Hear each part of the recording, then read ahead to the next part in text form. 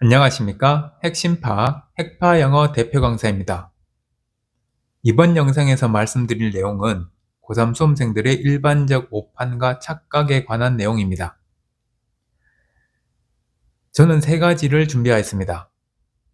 그러나 이 이외에도 많은 다른 오판과 착각이 있겠지만 제가 말씀드리는 이 세 가지가 가장 일반적인 것이 아닐까 싶습니다. 첫 번째는 남아있는 수능 공부 가능 시간에 대한 착각입니다. 그리고 수능 공부 과목 최소화. 세 번째는 근거 없는 자신감. 이들 각각에 대해서 하나씩 자세히 살펴보도록 하겠습니다. 첫 번째, 남아있는 수능 공부 가능 시간. 이에 대해서는 달력을 보면서 설명드리도록 하겠습니다. 이러한 설명은 이전 영상에서도 말씀드린 적이 있습니다. 1학기 중간고사가 끝이 나면 대부분 일주일 정도 휴식기를 갖습니다. 그래서 5월에는 대략 20여일 정도 수능 공부를 하는 경향을 보입니다. 6월 말 7월 초에는 1학기 기말고사가 있습니다. 따라서 6월에는 수능 공부보다는 내신 공부에 힘씁니다. 7월 초에 기말고사가 끝이 나고 이때에도 대략 일주일 정도 휴식기를 가진 다음 수능 공부를 합니다. 따라서 7월 또한 5월과 마찬가지로 대략 20여일 정도 수능 공부를 합니다. 8월입니다. 올해에는 8월 24일부터 수능 원서 접수가 이루어집니다. 수능 원서를 내기 위해서 학생들은 사진을 찍고 그리고 국어, 수학, 탐구 이들 과목에 대한 선택 과목들을 최종적으로 결정하게 됩니다. 조금 어수선한 분위기입니다. 그러나 여기서 끝나지 않습니다. 9월 7일부터 수시 원서 접수가 이루어집니다. 그렇기 때문에 각 학교에서는 수시 상담이 본격적으로 이루어집니다. 그리고 수험생과 학부모님들께서는 지원할 대학, 학과 등을 알아보시며 그렇게 여러 가지 일들을 하면서 수능 공부를 하게 되는 것이 고3입니다. 공부에 집중할 수 있을지 한번 생각해 볼 필요가 있는 8월입니다. 9월 7일부터 수시 원서 접수를 하고 난 다음에는 공부를 열심히 할 것 같지만 제가 지금까지 봐온 고3 수험생들 중 수시 원서 접수 이후 공부를 열심히 하는 학생은 정말 거의 보지 못했습니다. 수시 지원을 최대 6개까지 하다 보니 그중 하나는 붙지 않을까라는 생각을 안 하는 학생은 본 적이 없습니다. 그렇기 때문에 수능에 또 집중하지 못하는 모습, 이것이 일반적인 모습입니다.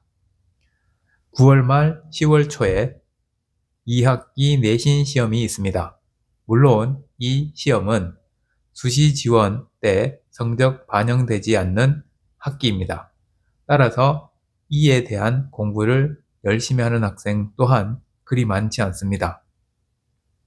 그렇게 내신 시험이 끝이 나고 10월입니다. 이제 정말 수능이 한 달 남았습니다.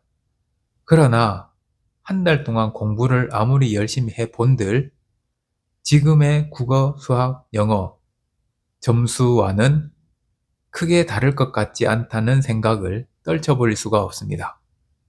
탐구 또한 한 달 동안 열심히 하면 달라질 수 있으나 이러한 생각 때문에 탐구에서 또한 집중하지 못하는, 탐구 과목 또한 집중하지 못하는 학생들을 상당히 많이 보았습니다. 그렇게 준비하여 수능장에 가는 것이 고3 수험생의 일반적 모습입니다.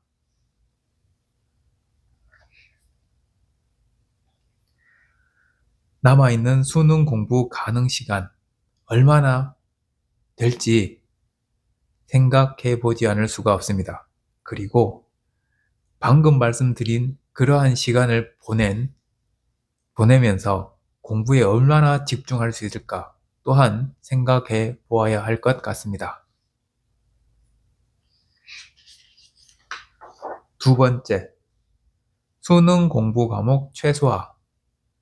수시 최저를 위하여 2개 영역 등급 합인 학교에 지원한 학생은 2과목 공부만 합니다. 3개 영역 등급 합이 충족 요건일 경우 3과목만 공부하는 것이 일반적입니다.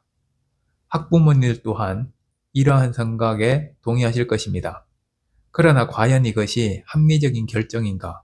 그리고 이러한 결정에 위험 부담은 없는 것인지 살펴보지 않을 수가 없습니다. 이에 대해서는 세 번째 내용부터 먼저 말씀을 드린 후 다시 돌아와서 마무리를 짓도록 하겠습니다.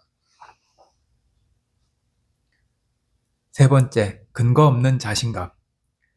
고3 수험생 대부분은 자신이 등급을 올릴 수 있다 또는 지금의 등급을 수능 때도 유지할 수 있다 라고 생각을 합니다.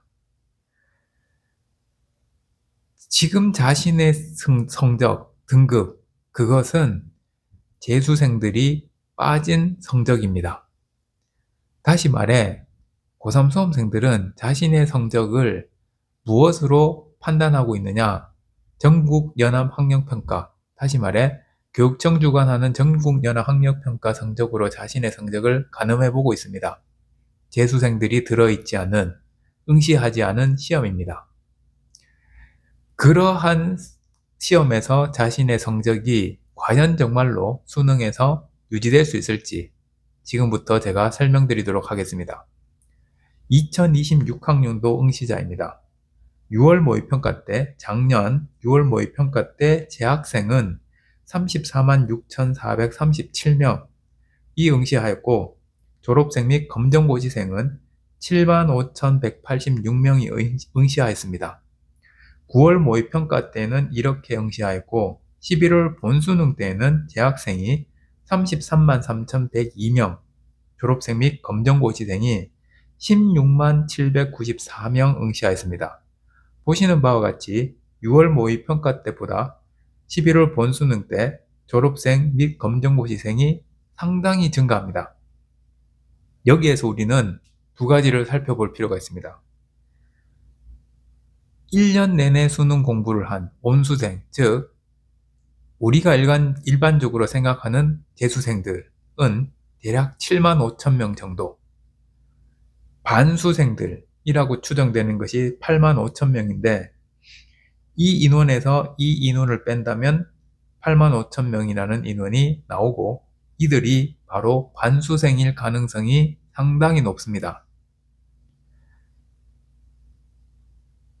반수생 인원이 이렇게 많다는 것에 한번 더 놀라움을 금치 못할 것 같습니다. 여기서 한 가지 더 살펴보겠습니다. 고등학교 3학년 때 수능 성적 7, 8, 9등급인 인원이 과연 여기에 어느 정도 있을지, 수능 성적 고3 때 수능 성적 7, 8, 9등급이 재수를 결심하는 인원이 어느 정도일까? 7, 8, 9등급은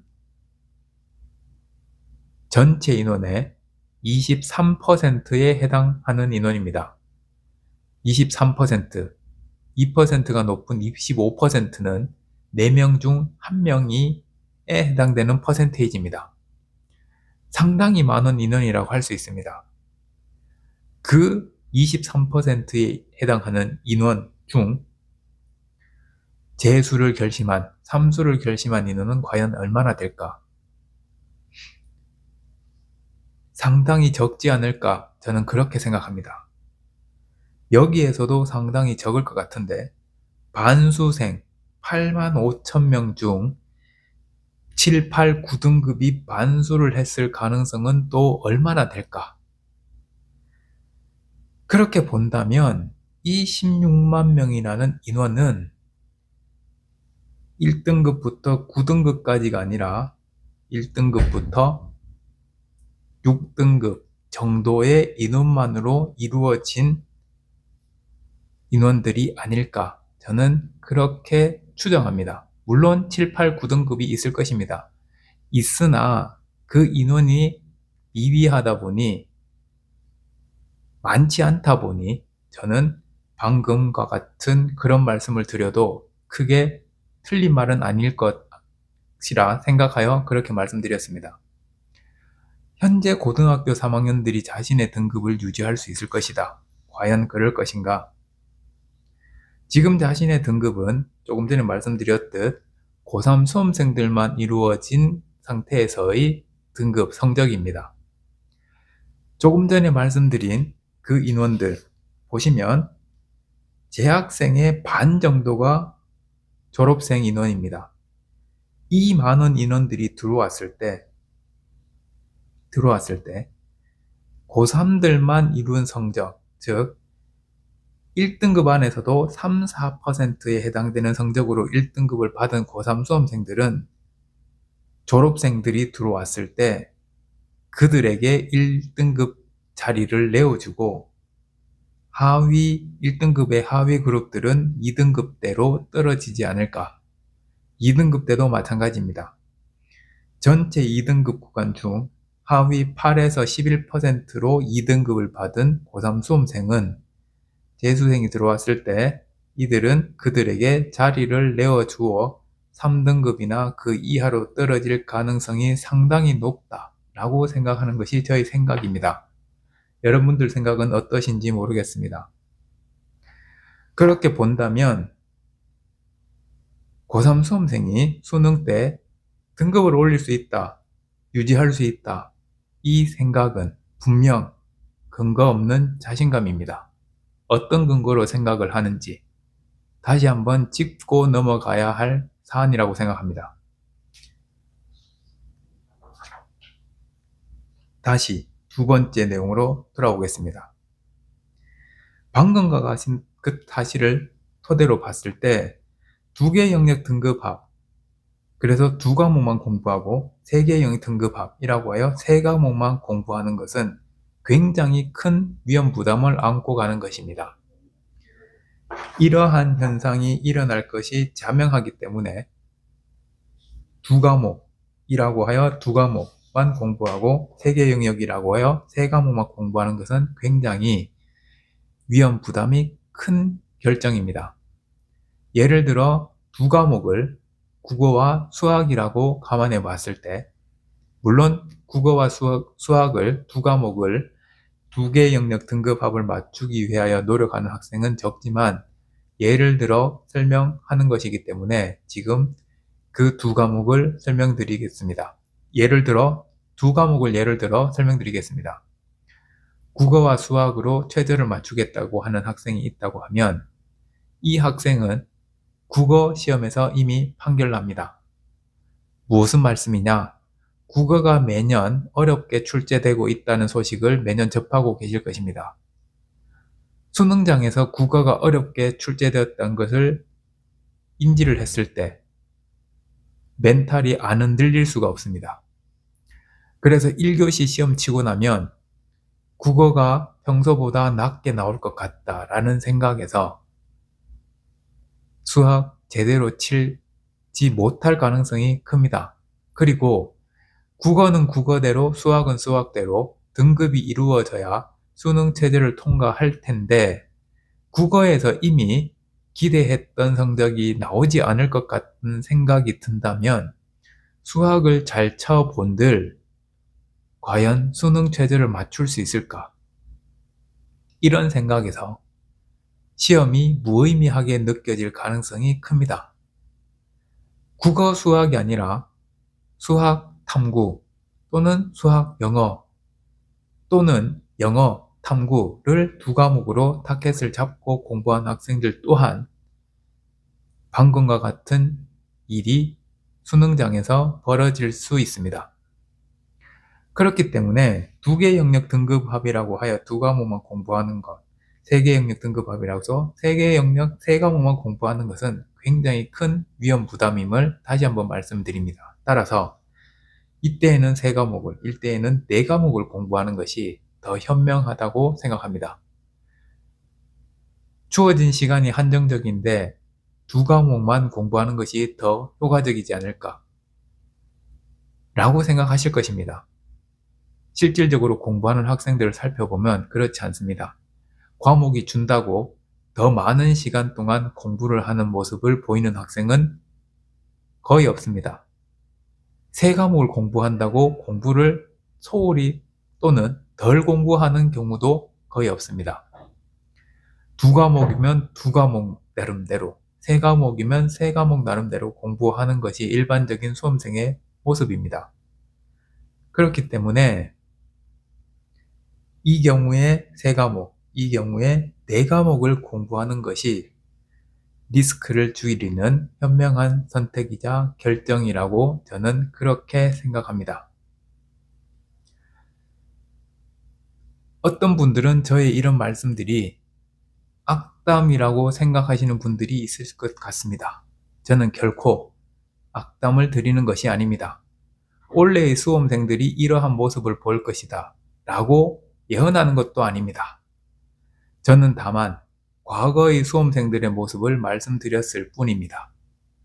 올해의 수험생들은 과거의 그 수많은 수험생들의 모습을 보이지 않기를 간절히 바라는 마음에서, 그리고 이 영상을 보시는 분들 중 제 말씀에 귀 기울이고 공감하셔서 이와 같은 모습은 안 보이시는 분들이 있도록 하기 위하여 이 영상을 제작하였습니다.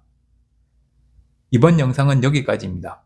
시청해 주셔서 감사합니다. 다음 영상에서 뵙겠습니다.